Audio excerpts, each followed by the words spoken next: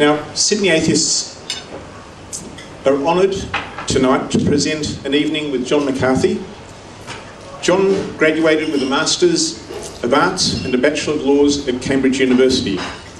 He initially practiced as a barrister in London before joining the Australian Foreign Service in 1968. John held has held diplomatic posts in Damascus, Baghdad, Vientiane. He served as the ambassador to Vietnam, Mexico, Thailand and the USA, Indonesia, Japan, and as the High Commissioner to India. John was appointed an Officer of the Order of Australia in 1999. John's talk is titled "The Influence of Religion in the Affairs of Selected Countries." John will discuss how religion, religious leaders, and the religions of politicians affect the policy of government and the media in countries such as India, Indonesia, Mexico, Thailand, Japan, and the US. John will also discuss the changes of belief in the various populations. We will have a question time afterwards. I'd like you all to put your hands together and welcome John McCarthy. Thank you very much.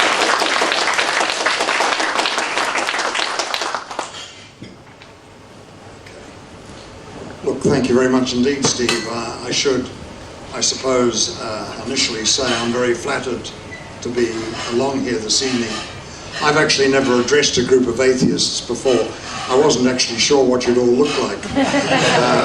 But I'm pleased to see you don't look any different to anybody else. Excuse me, miss, do you think we could just... Sorry, the plates in the kitchen. Do you think we could quieten it down a bit? Okay, thanks. I think probably one thing I should mention is that the introduction suggests I came to Australia late in life, or late-ish in life, after practicing as a lawyer. I actually did go to school and university in England. My parents were Australian, and I worked as a lawyer in London, then as a lawyer in the United States before coming back to Australia, and then getting into this game, which I continued to be in for about 40 years. I found it actually very rewarding to work for the Australian government, for the Australian nation, in a large number of very different countries. So having said that, let me just get on to the subject at hand. When Stephen asked me to talk about essentially religion and politics, I gulped a bit, because it's a bit like being assigned an essay to talk about, the civilization of the world in 3 pages. When you talk about the influence of religion on politics or on government, it really goes to the heart of what the world is about. I mean, it really is, it goes to everything that impinges on our daily life in whichever country you find yourself. Because religion is so crucial in a number of countries, not so crucial in others. But so much of what happens globally is based on religion. Perhaps that is becoming less the case than it was, but I'm not at all convinced of that. I think probably I'd just like to make a few very bold statements before I get on to the various countries in which I've worked. The first is that in my observation of the impact of religion in the countries I've been in, I don't think you can say with any conviction that religion has had either a universally positive effect on people's lives or a universally malevolent effect. There is no real rule about it, and I'll try and illustrate what I mean when I get to the various countries in question. The second point I'd really like to make, and this is again based on where I've lived, is that there is often confusion about the impact on politics or on government or on just the life of a people as between religion, ethnicity, and tribalism, because often they are mixed. They're very, very mixed. I'll just give you an example. If you look at what's happening in Iraq now, it is seen in the light of the Sunni-Shiite divide in the Middle East. And thus, with some justification, you can claim that what is actually happening there has a very strong religious element, and it unquestionably does. But a lot of what is happening there is actually tribal, because the various tribes in Iraq, Syria, and other parts of the region actually have the same religion. And so the argument in Iraq can be based either on disputes between tribes, depending on the part of the country they live on the whole, or disputes between religions. I think it is actually crucial to understand that point, because often there is a lot of confusion about it, and people see something as being purely religious when it's not.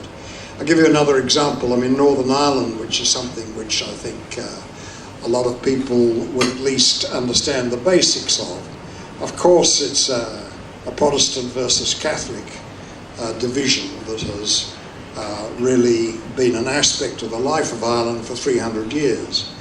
But what it has come to be now, I think, is very much almost a tribal division or a neighbourhood division. If you look at what is motivating people in Northern Ireland and to some degree in the South, it's actually religion is part of it. It's just, but the other part is because of religious differences and because of differences as between being pro and anti-British, whole neighbourhoods have shifted and belong to a grouping which in current thinking, and if you look at the characteristics of those groupings at the present day, they're basically tribal. I mean, it's not called that in Northern Ireland, but that's what it comes down to.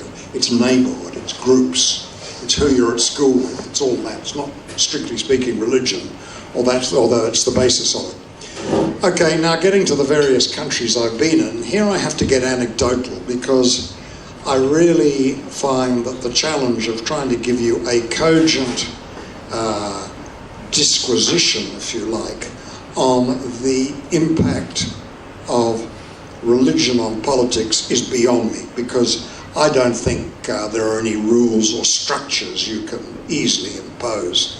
But I just want to illustrate, what I've found in the countries I've been in, and then perhaps come back to those, original principles that I mentioned. Let's look first at the United States, where I've been 3 times. I worked as a lawyer there, and then I was 3 times in the Washington Embassy. And I go back from time to time. And it's a country with which I'm pretty familiar. But I think everybody here would be reasonably familiar with the United States, because the United States dominates the information world, particularly for English-speaking countries. And I think people have a fairly clear idea of what is happening in the States. Not necessarily in detail, but a broad understanding of it. And I think the first point that one needs to make very clear is that religion in the United States, and I mean by that principally Christianity, is far more pervasive in the lives of ordinary citizens than it is, for example, in Europe or Australia or even Canada. And that possibly, though historians will differ on this, goes back to the origins of the United States. The United States was essentially founded as a colony and then as a commonwealth by dissenters and people who felt very strongly about the right to practice their particular religion, and that has held on. And you look at all the statistics about church going, and you will find that the number of churchgoers in the United States is something like 3 times as much as Australia, with comparative figures in Europe as well. So, really it is just far more important in the lives of ordinary Americans.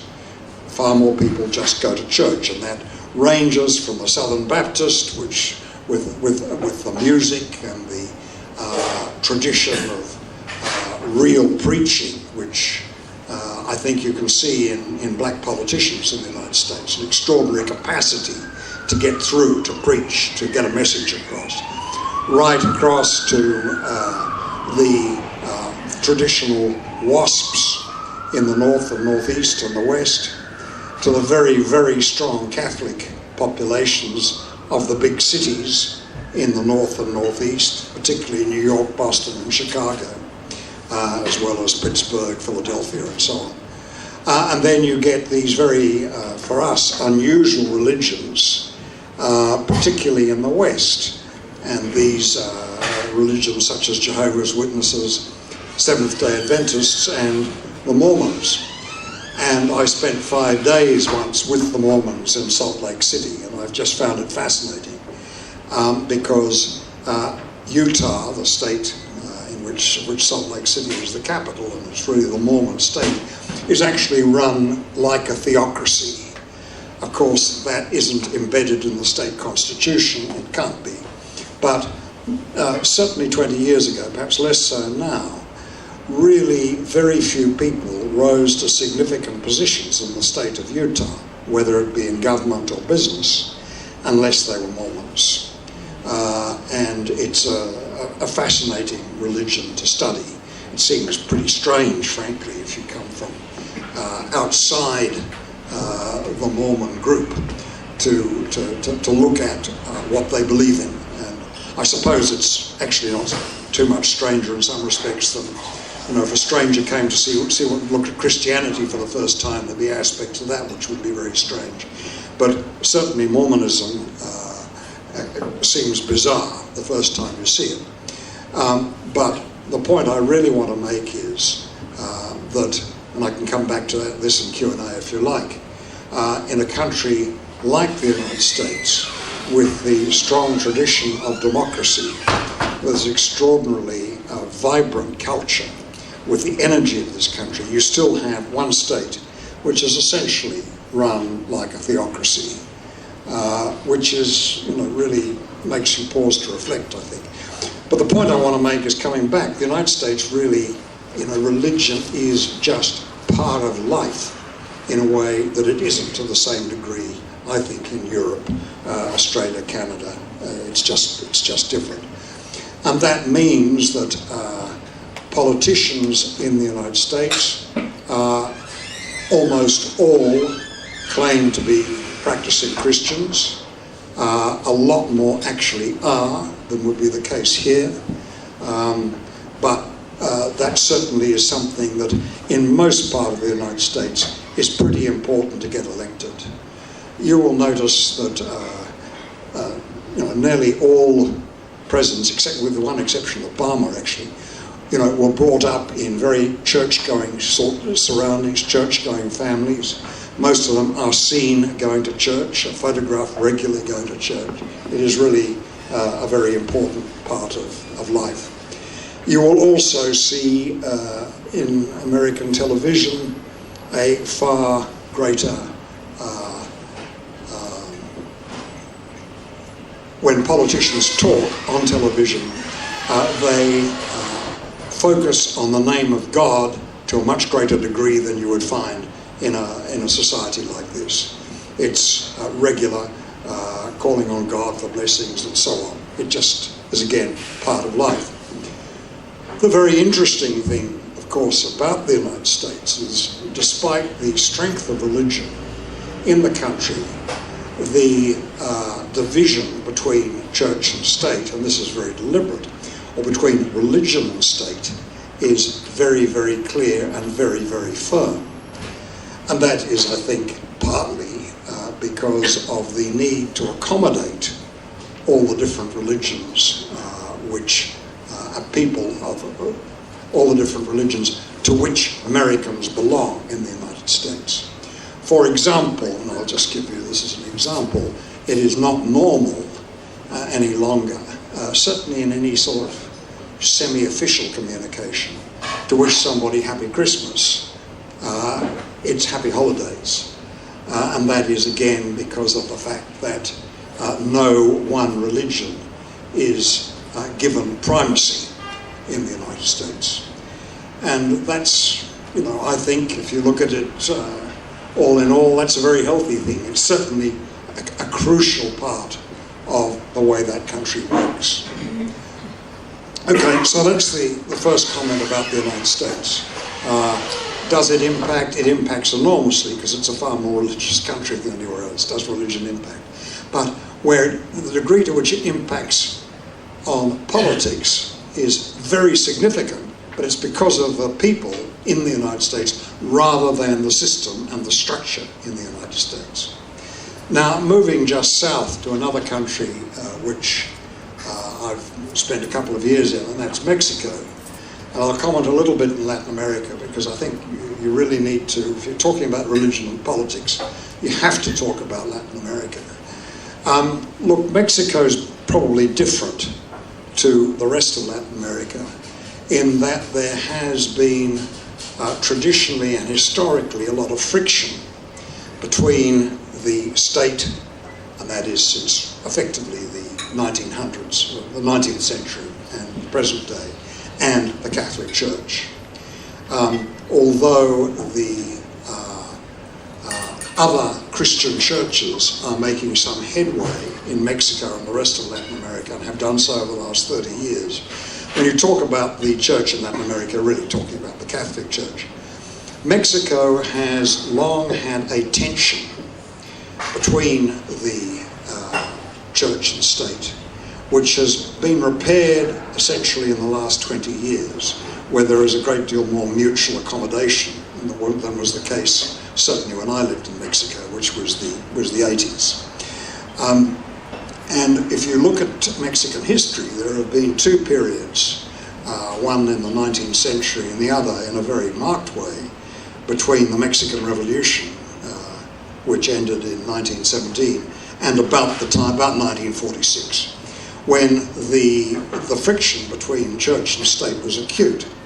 And in some parts of Mexico, priests were effectively precluded from being able to undertake their functions. I mean, some of you may have read the Graham Greene book, Power and the Glory, but that was about essentially a prohibition on Catholicism in the state of Tabasco in the south of Mexico, where there was an atheist governor. And that was actually a very interesting period because in different parts of Mexico, but particularly Tabasco, there were the priests were essentially killed by local authorities. That repaired, I think, from about 1946 onward, there was a great deal more accommodation. But the Vatican really had no formal status in Mexico. Interestingly enough, the papal nuncio, there wasn't a papal nuncio in Mexico, a papal ambassador, Vatican ambassador, at the time I was there. So a real sense of friction in a deeply Catholic country. This is, after all, the country which commemorates the Virgin of Guadalupe, one of the great pilgrimage places in the Catholic world. Profound sense of Catholicism, but a very deep and serious division between the ruling party of the time, the Partido Revolucionario Institucional, and the Church. Now, the rest of Latin America is fascinating, and here you get onto this question of whether the Church has played a positive part in the lives of the inhabitants of Latin America or a negative part. And just looking at the sort of period when I've sort of watched Latin America with a certain amount of interest, there is really no rule in it. The Church in Latin America has veered from the far right, where you've had bishops and archbishops and cardinals supporting, either overtly but more often tacitly, really outrageous regimes. And this was the case in, for example, Argentina. It was the case at one stage in Venezuela. It was the case with some leaders in the Church, but not all, in Brazil. And it was the case, I think, in Ecuador, one of those sort of Ecuador and Peru as well. On the other hand, you have had in Latin America a very strong leftist tradition as well, which was known in its heyday as liberation theology. And that was, I suppose, to the forefront of that movement were the Jesuits, but not just the Jesuits. And this was a group in the church that really advocated the most radical reform to assist the plight of the poor in Latin America. And those groups were very strong in Central America in the 80s. They were very strong in Brazil in the 70s and 80s. Also strong in Chile. And the interesting thing, if you look at the role of the church in Chile, the church really was responsible in great part for the eventual ouster of the Pinochet regime. They played a very positive, constructive, and actually very intelligent role in Chile in the 90s. And I think, what I really come down to, though, is in Latin America, you can't state that the Catholic Church takes a universal view at all.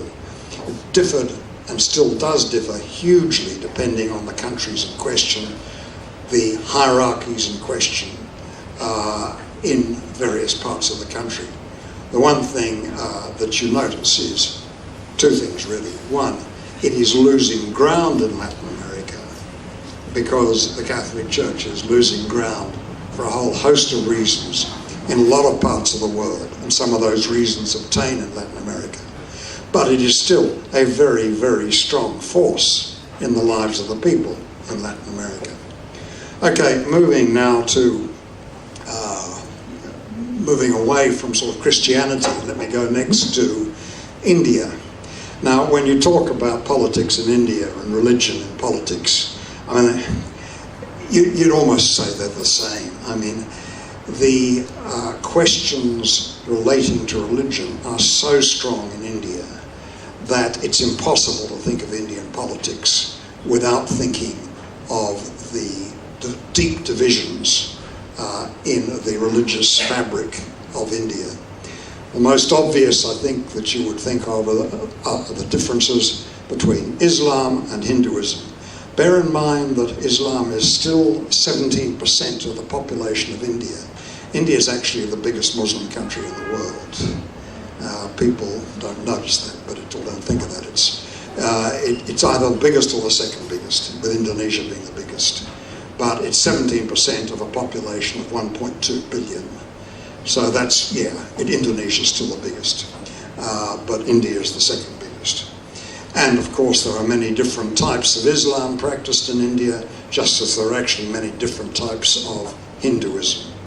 Add to that two other significant religions, the Jains and the Sikhs, and then the various Christian denominations, with the Catholics being very strong in the south, particularly in Kerala.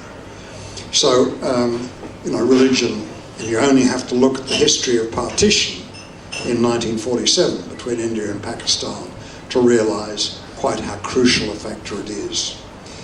And one of the, I think, miracles of India, I think there are two. One is that democracy actually works in its own extraordinary way in India. And the second one is that the system has been able, by and large, to put a brake on the terrible confessional tendencies that you have in India. And, everything, you think about religion all the time, and the differences in religion all the time in India. You really have to. And I think one of the most interesting things that you're currently seeing is a Prime Minister who was elected who has strong roots in the Hindu right and has a bad record on confessionalism going back to 2002 when there was a serious incident in the state of Gujarat where he's from. But you have the big question as to whether a man who everybody thought and still thinks has the capacity to turn India around economically, but has also had a big question mark about whether he can manage to run this country without allowing confessional fissures again to divide it. And that's still a big question in India. My own view would be to give him the benefit of the doubt, but it's a very, very serious issue. But I come back to the fact you can't really think about politics in India without thinking about religion.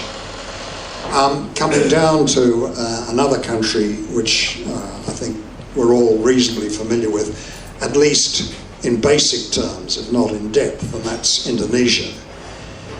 And there again, religion comes, is crucial in politics. I don't think it's quite as obvious as in India, because I think it's something about the Indonesian character which is just more relaxed about these things. The form of Islam that you have in Indonesia is different to what you find in the Middle East, by and large. There are no rules in this, but by and large, it's a gentler religion. It's a more pliable religion in a number of respects. But you have to go back to the beginnings of Indonesia, the modern Indonesian independence. And from that period, there has been a divide between those that would like to see something like an Islamic state and those who would prefer to have a secular state with Islam as the predominant religion. Now, the seculars, those advocating a secular state, have won out. You have in the Indonesian constitution 6 religions. In fact, the constitution doesn't allow for any other religion. You're supposed to put one of the 6 down if you fill in a government form. But nonetheless, there is an acceptance in the Indonesian system that you don't have to be a Muslim. And by and large, that's worked fairly well. But there is still that division between the secular side of Indonesian politics and the Islamist side of Indonesian politics. Interestingly, over the years in the various elections that have taken place, both the quotes, phony, unquote, elections under Suharto and present-day elections, is that the percentage won by the Islamist parties has actually declined. But what you have also seen is the secular parties making more accommodations to Islam in order to woo the votes of those that they would see as tending towards the Islamist cause, the Islamist way of thinking. But again, in Indonesia, despite problems which have both a religious and in many cases an ethnic cause, and you've had these divisions in parts of Sulawesi, you've had it in Sumatra, you've had it in Java, these problems between Christians and Muslims. By and large, the lid has been kept on it since 1947. There were these problems in the post-Suharto period that were noticeable. But essentially, it's something that is largely controlled, given the issues that are available, that are overt in the country, given the divisions that are actually there in the country. The degree to which they have been kept more or less in control, I think, is significant. One other point, I suppose, to make about Indonesia and the religious divisions is there is a very significant geographical factor in them. And that goes to the way in which Indonesia was settled by various colonists that were around the area between the 16th and the 19th centuries. You have the island of Flores, which is almost completely Catholic, having been settled by the Portuguese originally, just as East Timor was almost completely Catholic. You have in northern Sumatra and in a part of Sulawesi a group which is almost completely Protestant, and that is because they're essentially settled by the Dutch. The Dutch were the colonial masters of the day, but those particular groupings took on board the Dutch Reformed Church, and so you get those very strong Protestant inclinations in Manado and North Sumatra. And then you get various Islamic groups. All right, look, I was talking about Japan, and it's the one country certainly where I've been where religion doesn't play a prominent part in government. And I talked about Shinto religion, which is closely related to Buddhism in Japan. In fact, they say you're born Shinto and you're actually buried by the Buddhists, and that's right, because religion's actually managed very largely by families. But you will also see the Shinto priesthood is very closely integrated with the royal household and has an important role in the reflection of Japanese nationalism, if you like. But I would just mention there's one area where religion actually does come into politics in Japan, and that is because there is one sect, Buddhist sect, in Japan known as Sakagokai, which has an important role in one of the political parties in the Japanese ruling coalition. And that particular party has a strong pacifist tradition. Actually, it's quite an aggressive sect, the Sakagokai, in terms of seeking to get its way and seeking to attract converts to its way of thinking. But it has a strong pacifist element in it, and that is one of the reasons why moving away in Japan from the largely pacifist constitution has been quite difficult over the last 20 or 30 years. While we're on Buddhism, I'd just like to talk a little bit about Thailand, Burma and Sri Lanka, because I think there's a lot of interesting aspects about Buddhism in those countries, but one in particular. Just to mention, first of all, really in Thailand, the Buddhist faith is very, very closely interrelated with the monarchy. In fact, the head of the Buddhist faith in Thailand, and most people wouldn't see this, is almost perceived as a co-equal in strictly legal terms with the monarch. The role of the Buddhist church in the governance of Sri Lanka is also very, very significant. Less so in Burma because of the rule by the military and because of the degree to which some aspects of the Buddhist faith in Burma have actually contested the military for so long.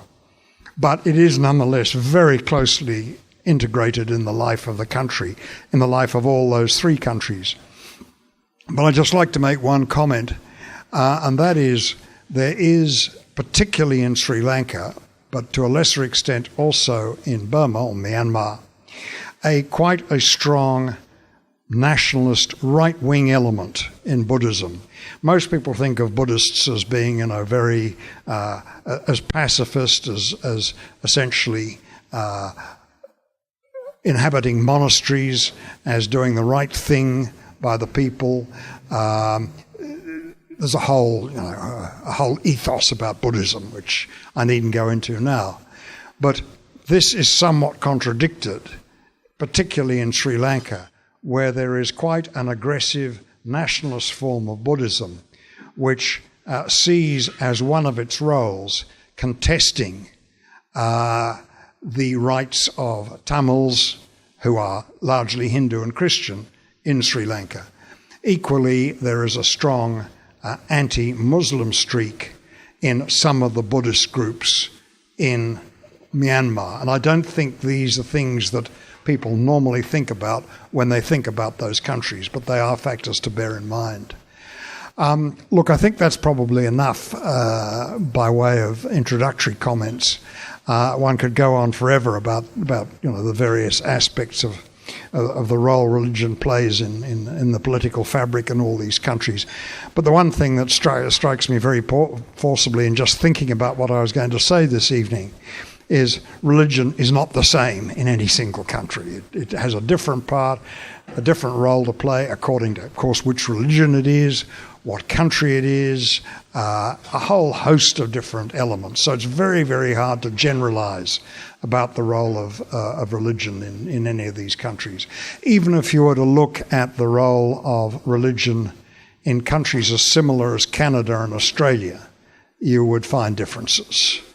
So when you're looking at the differences across the world, when you're looking at what is happening in Iraq, what is happening in Latin America, what is happening in East Asia, everywhere has to be seen in a unique way. You can't generalise, and it's very dangerous, I think, to generalise. So I come back to these points I originally made. The role of religion, in a general sort of way, can be benevolent or it can be malevolent. Again, you've got to be very careful, I think, in confusing the role of religion in society with ethnic differences or ethnic similarities and tribal similarities and differences, because they often get blended together in a way which need to be thought through very carefully. So I think that's enough from me, by the way, for the moment, Stephen. So I'm happy to take questions. Yeah.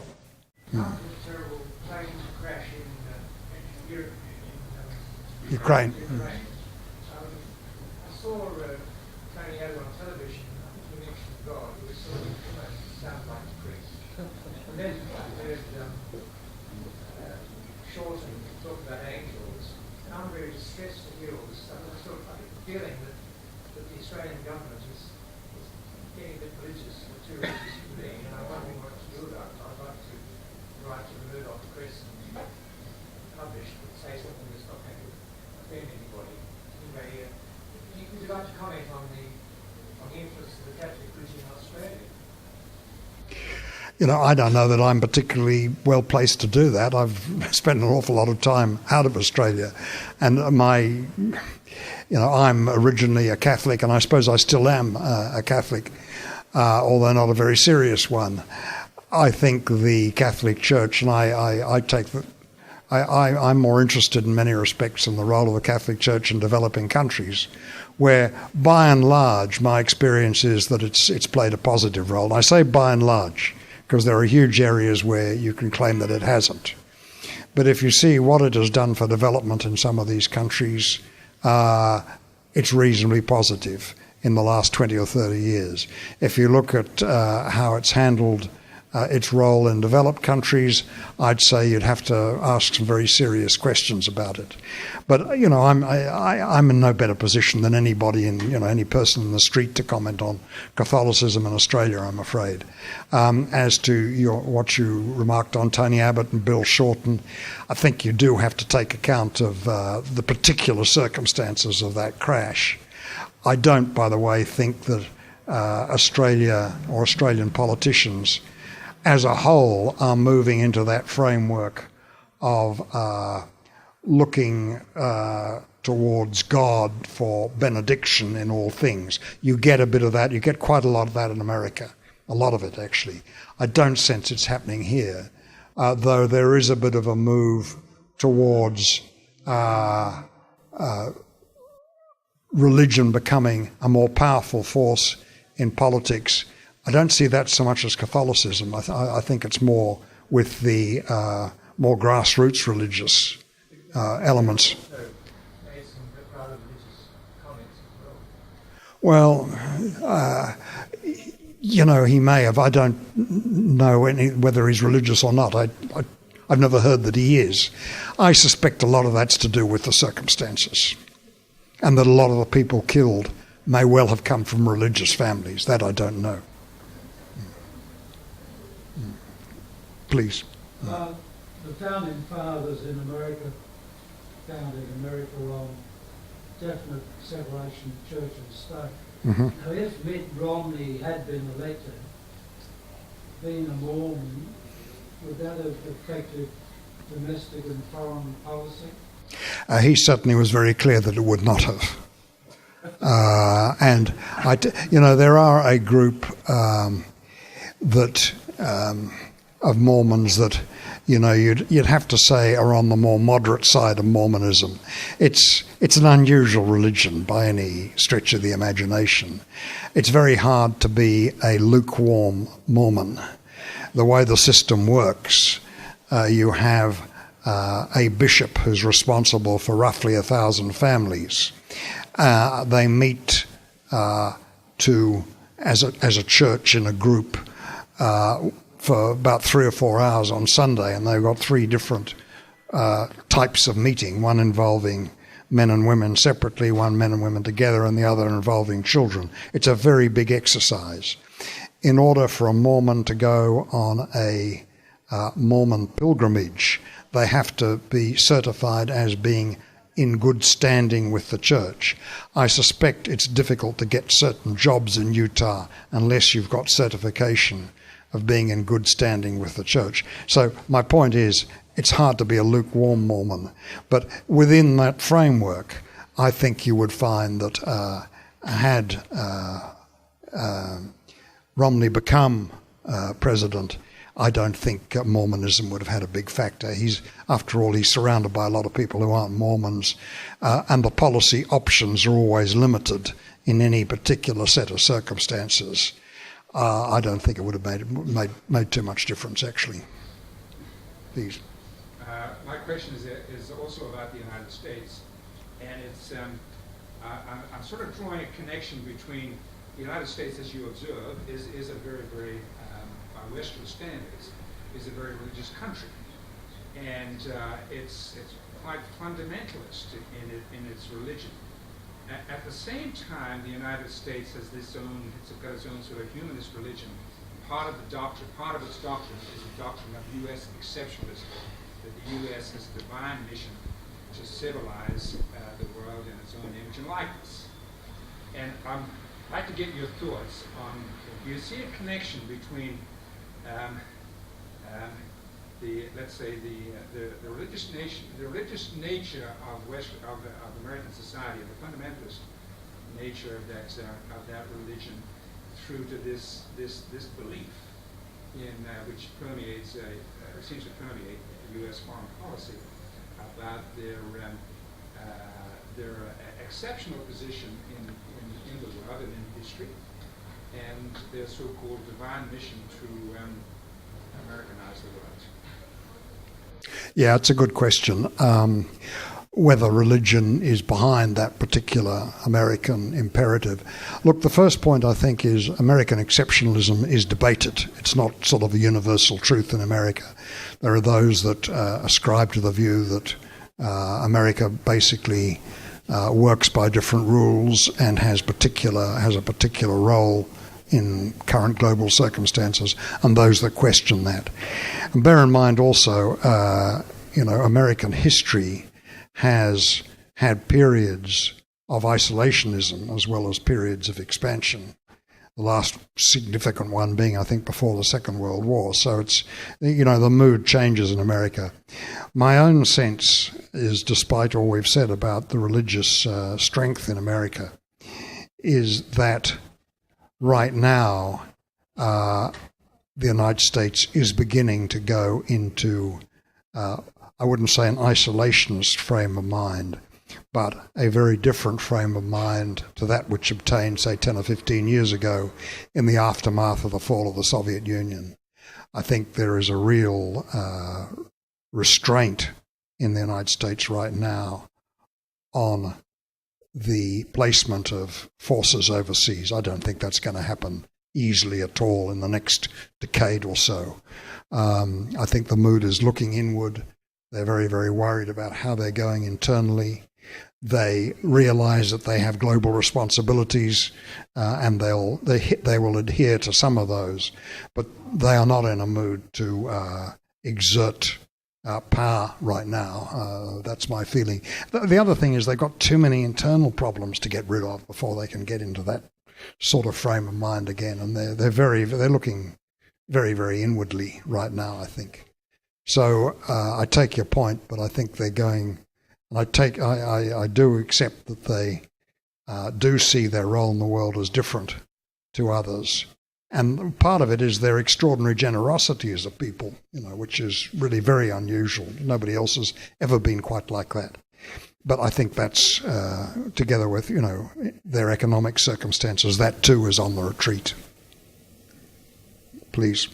I was asking about the situation in the Middle East and Egypt, and trying to look at that back in a historical context of Egypt under Nasser in the 50s, which was a secular, left-leaning government, and how that's progressed now, and that even then there were tensions with the Muslim Brotherhood.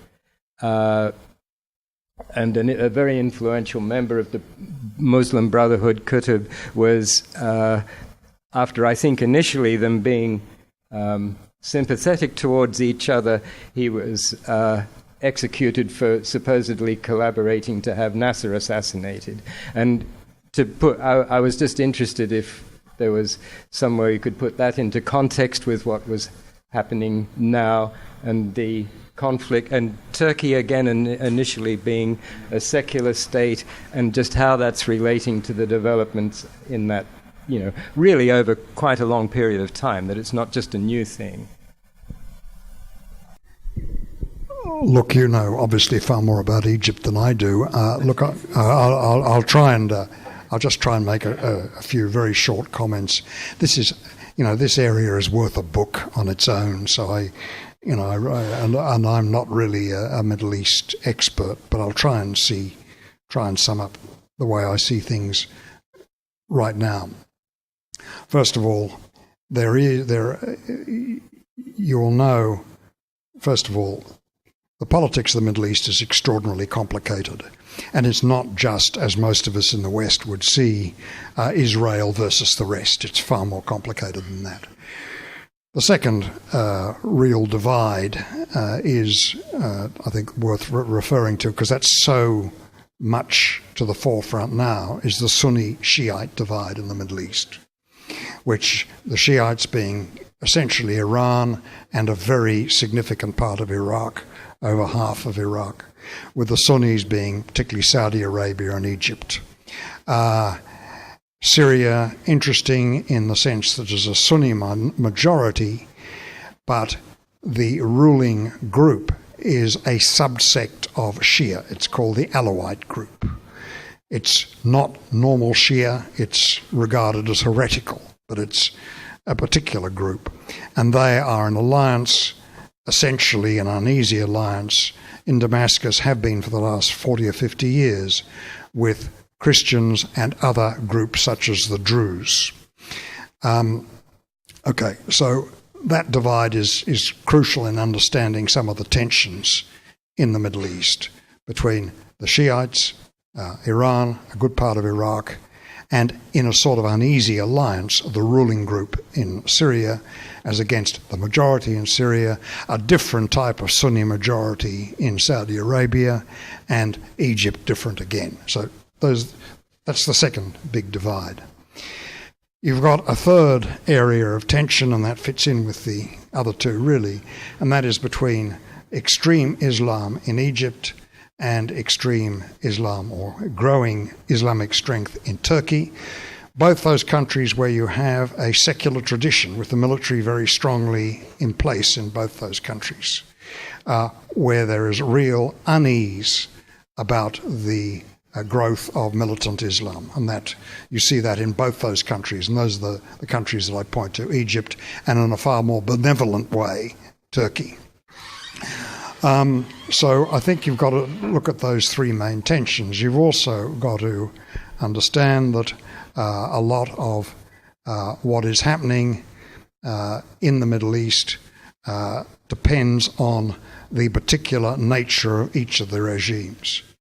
For example, the Saudi regime is probably the most antipathetic of the Sunni regimes towards the Shiites. And I'm not talking about groups like ISIS here, which, are an entirely different dimension. But I think if you try and think of what is happening in the Middle East in terms of those three divides, it becomes a bit easier to understand, only a bit easier. But I think I'll just point you in that general direction. Yeah. Please. Going on from that point,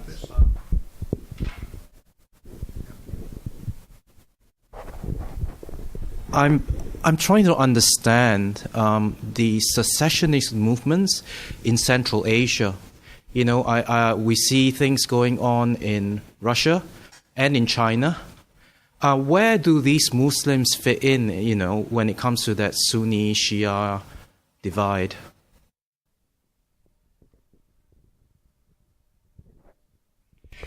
Look, I think they're mainly the secessionist groups in Russia and China are two particular groups, really. You've got in Russia, you've got the Chechens, who are Sunnis, and in China you've got the Uyghurs, principally, not the only ones, who are also Sunni.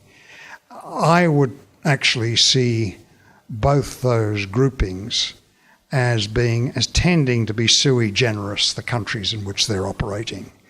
But they do have links, unquestionably, to various organizations, call them what you will, terrorist, freedom fighters, terrorist really, organizations which help them and which aid them. You've really got to follow this very closely to understand who's meddling with what. But the Uyghurs, I'm not sure where they're getting resources from. I imagine they'll get some of it through the Stans, but who actually gives it to the Stans in the first place, I'm not sure.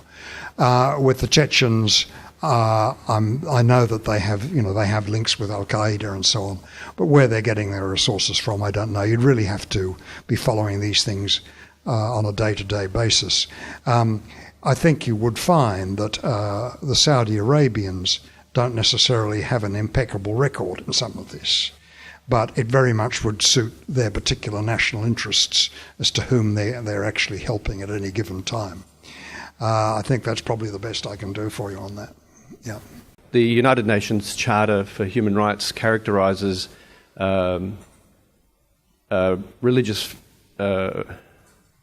characterises religion as a fundamental freedom, and Article 56 talks about the cooperation required of members in supporting Article 55.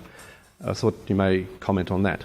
Look, I can only comment that the UN Charter is a series of ideals to which everybody subscribed when the Charter was drawn up, and which members are supposed to subscribe even today. But like a lot of these documents, what is all very well in theory and what we preach is not necessarily what we practice, and there are quite obviously breaches of that code everywhere you look. Why do you think the Catholic Church has supported dictatorships in Latin America? Well, it has in some cases and it hasn't in others. And you would have to say, just looking around, it certainly did in Argentina during the very bad period in the 80s when all the disappearances occurred, the dirty war. But tacitly, I don't think it was overt. As I say, in Chile, it really took a different course. In Central America, the Catholic Church actually, in El Salvador, which was a very well-known area of disputation in the 80s, and in Nicaragua, the Catholic Church was split. In El Salvador, they had a lot to do with bringing about a better system. And some of those that were assassinated by the right were very prominent Catholic churchmen. So the first point I want to make in response to you is, it's echoing what I think I said earlier, that there is no one Catholic Church approach in Latin America. It very much depends on, firstly, who the parties principal are, who the hierarchies are in each country. The second thing you have to do is look at the circumstances in each country. in, the 60s and 70s, a lot of the prominent members of the Catholic Church saw as a cardinal precept that they should contest communism, which they saw as growing in Latin America, differently in different parts. But, Cuba was really a wake-up in the 50s and 60s, and there was a lot of concern, wrongly I think, that you could get a repetition of that. And the Catholic Church, in part, depending on which country you're in, resisted that. I think also there was in some countries a bit of a tradition with the hierarchy of the Catholic Church being of the same social class as the people ruling in Latin America. In many respects, Latin America, is some parts of Latin America are very advanced, very, very socially aware, other parts way back. And, it's despite the fact that you've had in some of those countries different sorts of democracies since independence in 1815, on and off. I mean, tremendous variety. The Church has not always played the part it should have. But I don't think you can say the Catholic Church has always supported dictatorships. It quite obviously hasn't. But it has at times. But it's a very, very mixed picture in Latin America. And you can't go away with any one conclusion for the continent.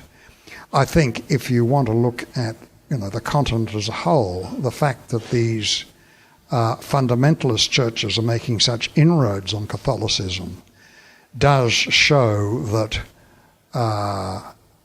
in many respects the Catholic Church has failed to do what it's supposed to do for its flock in Latin America. But again, you've got to look at the countries and you've got to look at the priests. This new Argentinian Pope seems to be a pretty exceptional person. Let's wait and see. But a lot of the people who have preceded him have not been of the same political outlook as him. How does ISIS come about, and who is backing ISIS, and why is it that there are so many young foreigners, young, Western lads, obviously of Arabic descent? I mean, you look at so many English and Australian Americans there. How come that type of Islam becomes so pervasive, and how come it has been able to take on that grip to those young fellows?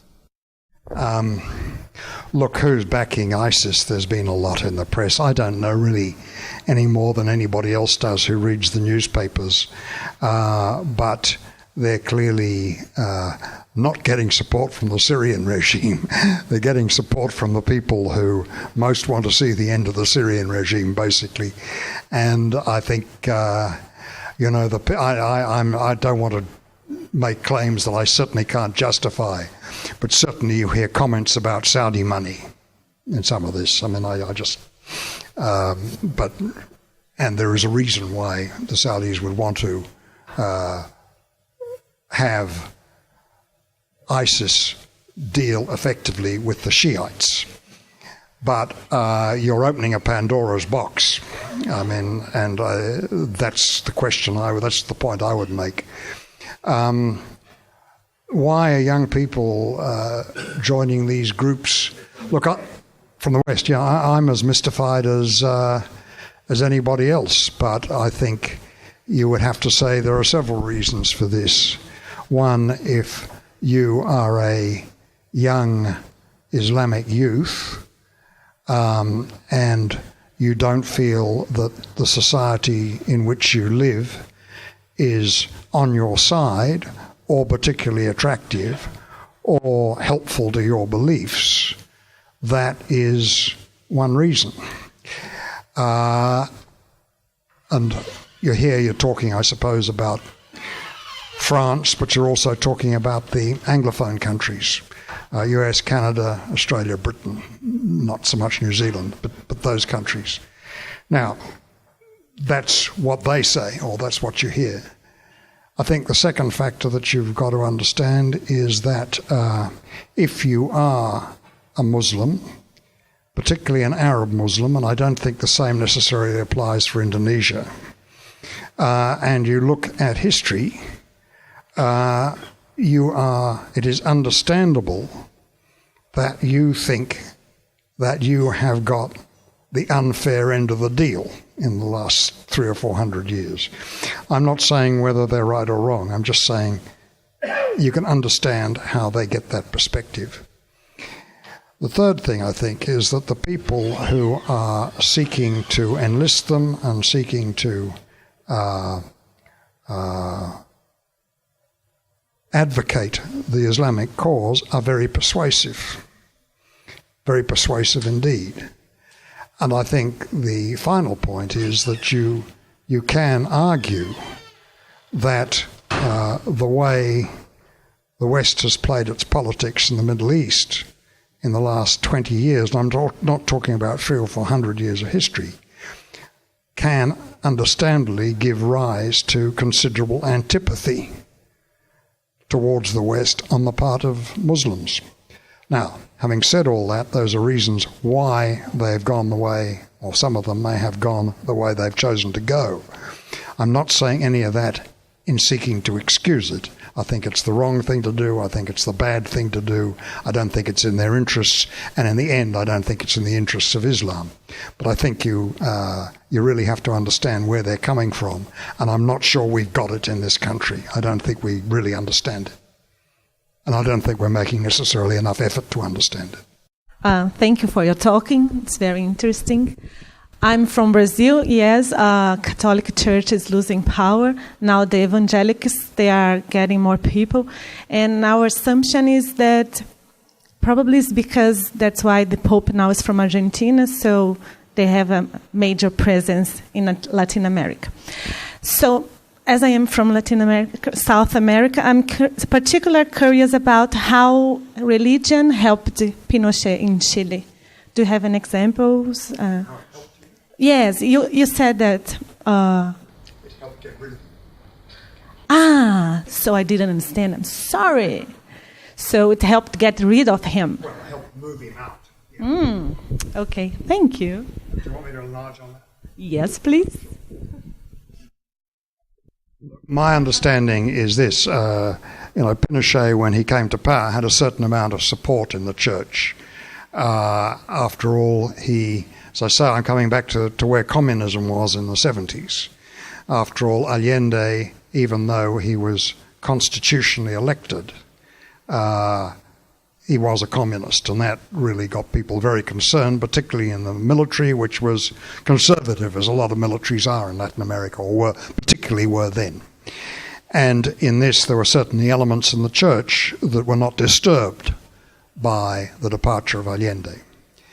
Then, I think, as Pinochet wore on, the disadvantages of such a regime, I think, became apparent to a lot of Chileans, not necessarily those on the extreme right or some of those who were the leaders of the business community. But it became apparent that this was not the sort of regime that was attractive for Chile. Bear in mind, Chile has a democratic tradition, which in some respects went back much further than other countries in Latin America. Now, I think the role of the church was, firstly, by example. What was said from the pulpits was sensible, reasonably democratic. The bishops were able and influential, and they were also able to work through other parties that were conservative, but not as conservative as Pinochet, to come up with acceptable compromise positions, particularly through the Christian Democrats in Chile. And in the end, Pinochet was sort of eased out by a number of steps. But people were cautious about how far they were prepared to move to the left, or the body politic was, while he and his people were still around. But now Chile's really in a sort of, you'd call it a middle course, a regime which I suppose would be centre, probably slightly left of centre. And it's a pretty good, as governments go, it's pretty good, I think. I've got a question about religion. in the maritime Southeast Asian countries. I watched a documentary a couple of years ago where they were secretly filming members of, I think they were from the Sharia court, going out into the public and basically accosting young Indonesian couples from staying together, from just going out and holding hands or just displaying any kind of affection, which to me is quite innocuous, but clearly from their viewpoint it wasn't acceptable. And they were basically going up to these couples and basically carting the men into some trucks and taking them off somewhere to give them a good telling off, I think. Now, I was thinking about what you said about Islam in the Middle East, where a lot of religion is tied in with tribalism and other factors. The way I see happening in Southeast Asia is I can't really see how tribalism can fit into that. And so to me, it still comes across as just certain sectors of the religious groups in those countries trying to enforce a more strict interpretation of Islam. Now, you may have answered that question partly with the previous question from the gentleman, saying that Muslims may feel a sense of grievance about how they've been treated by the West or any other groups, basically. I think that could be one reason, but I don't think that's the major reason. So my question to you is, what do you think is the driving force behind this strict need to enforce Islam in these maritime Southeast Asian countries, bearing in mind that the West, the influence of the West in those countries isn't really as strong, I think, in my opinion. So they don't really have a reason to react, to be reactionary by enforcing, a stricter interpretation of Islam. Look, let me just try on that. Look, the ethnic, tribal, religious blur, if you like, and I was talking about the Middle East, but I think you can still get a bit of it, say, in Malaysia. Now, there are people here who are Malaysians, so they know far more about their own country than I do. Yeah, but there is, you can say that, of course, Islam has a particular position in a country like Malaysia and actually indeed in Indonesia. But part of the division between Islam and Christianity is also ethnic, because in Malaysia, but also in Indonesia to some degree, there is also a Muslim Christian dimension. I mean, they're both, and so they fit into sort of both categories. Now, I think the example you were talking about was Aceh, where Sharia law has been permitted, although my understanding, and I'm not up with this, I have to confess, is that you're not seeing in Aceh the sorts of thing, or indeed yet in Malaysia, or yet in Brunei, though you've got to watch Brunei, but you're not seeing the application of Sharia law with anything like the same vehemence as you get in certain parts of the Middle East. The same strictness, stringency, savagery, call it what you will. But there have been a number of examples in Aceh because a certain amount of latitude has been given to provincial governors in the administration of law in Indonesia, which wasn't there under the Suharto regime. Now that's permitted, the redrafting of certain legal systems. But thus far, although I think the jury's still out in Indonesia, you can argue that the presidency could have been stronger on those issues of secularism versus a more stringent form of Islamism. Certainly SBY has been blamed not only for letting things get slightly out of hand with Aceh, but also the weakness which he showed in persecution of the Ahmadiyya group. That is another subsect of, or I think it's a recent subsect of Shia. Do you know that group? No. I think it's Ahmadiyya group, not Muhammadiyya. Ahmadiyya? Yeah, but there were a number of instances where people were killed in religious riots about 2 years ago, 3 years ago, and he didn't move in as stringently or as fast as he should have. So I think, the jury's still out, basically, in the way Indonesia goes on that. But also, of course, what we're talking about there is really not Muslim versus Christian or Shia versus Sunni. It's application of a more stringent form of Islam in an Islamic country, which is, it's a different issue, really. So in a country like Malaysia, which is a moderate Muslim state, is culture or politics a bigger factor in making it that way? Look, I find that's a hard question to live in because to answer, because I've never lived in Malaysia. Look, my sense just of Malaysia and particularly Indonesia, where I have lived, and I'm repeating myself here, is the form of Islam which is practiced is just a gentler form of Islam than the form or the forms of Islam practiced in the Middle East. It's less rigorous, it's more tolerant. For example, the dress codes are not strictly enforced. Sharia law is applied sort of, as I understand it, in parts of Malaysia and in Aceh, and there's a risk of it in Brunei. But on the whole, the law is pretty tolerant in those countries. What makes it gentler? Look, I think it's the people themselves. I think, the colonial system, I don't think it... Look, I think the legal systems, the British system in Malaysia and the Roman Dutch system in Indonesia may have helped a bit. I think, they're there, and that's what people were, based the application of the law on, essentially. But my sense is that if you look at the way... And again, this is an area which is a little bit out of my immediate expertise. The way religion is practiced in both those countries is more blended in with syncretic beliefs, certainly in Indonesia.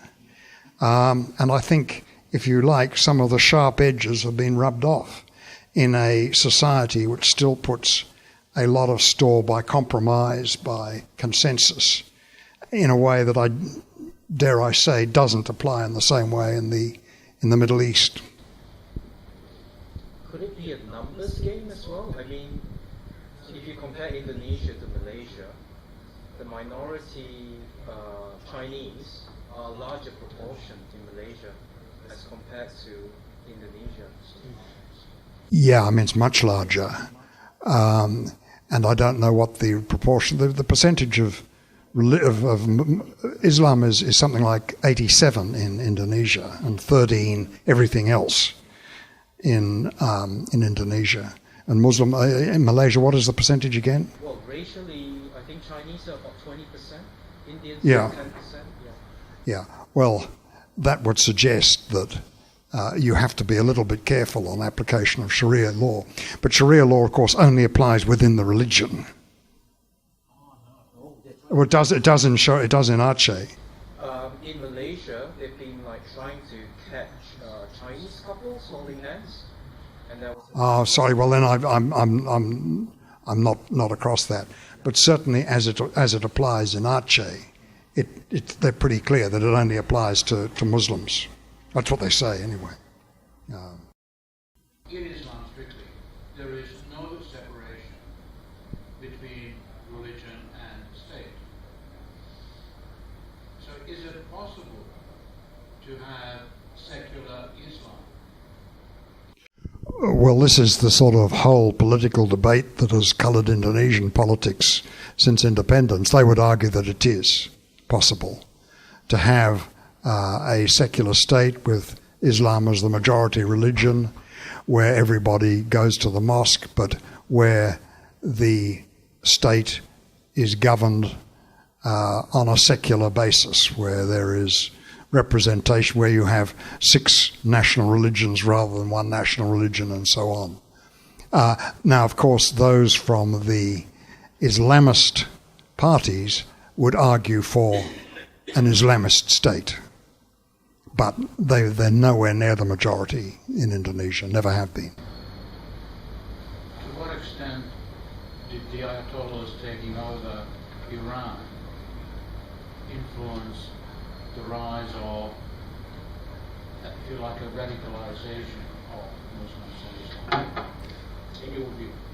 Or, despite the fact that they were Shiite and, the majority of the Muslim world is Sunni, I think very significant in the sense that it was the rise of an almost theocratic movement against a group that was seen as essentially pro-Western and as not espousing the tenets of Islamic rule.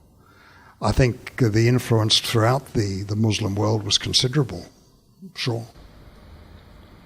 That to me seems to be the turning point, intended or unintended. Couldn't you argue the turning point was basically Palestine, 1947? I mean, it's. I don't know if there's any one turning point. I mean, it certainly was important, I think, yeah. Bringing it closer to home, what's your opinion of separation of church and state? Every day, Prominent Bishop piously gets up there, says the Lord's Prayer before he opens Parliament.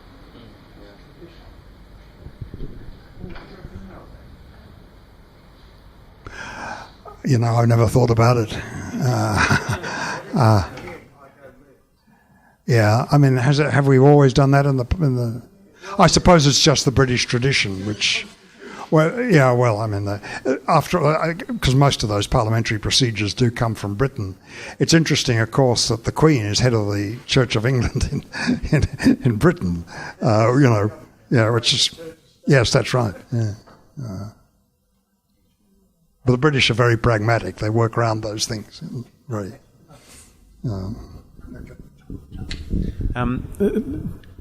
On behalf of everybody at Sydney Atheists and those that aren't necessarily from Sydney Atheists, I'd like to say a very, very big thank you, John. We enjoyed your talk tremendously. We thank you very much for giving your time tonight. Cheers.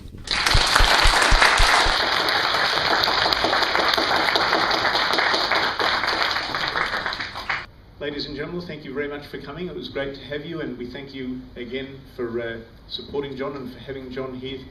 Good evening.